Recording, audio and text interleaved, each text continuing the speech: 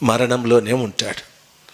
ఆ బిడ్డలు ఎప్పుడు ఇవే చెప్పుకుంటారు, మా ఇంట్లో నెమ్మది లేదని, మా శరీరంలో ఆరోగ్యం లేదని, మాకు ఆర్థిక ఇబ్బందులని, మా ఇంట్లో సమాధానం లేదని ఇవే మాట్లాడుతూ ఉంటారు.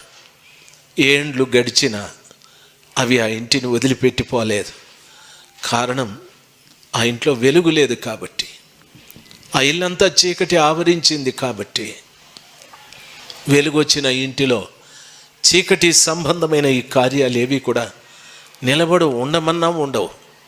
వెలుగున్న స్థలంలో చీకటి పారిపోయినట్లుగా మన ఇంట్లో మనల్ని ఇంతకాలం పీడించిన ప్రతి ఒక్కటి పారిపోతాయి.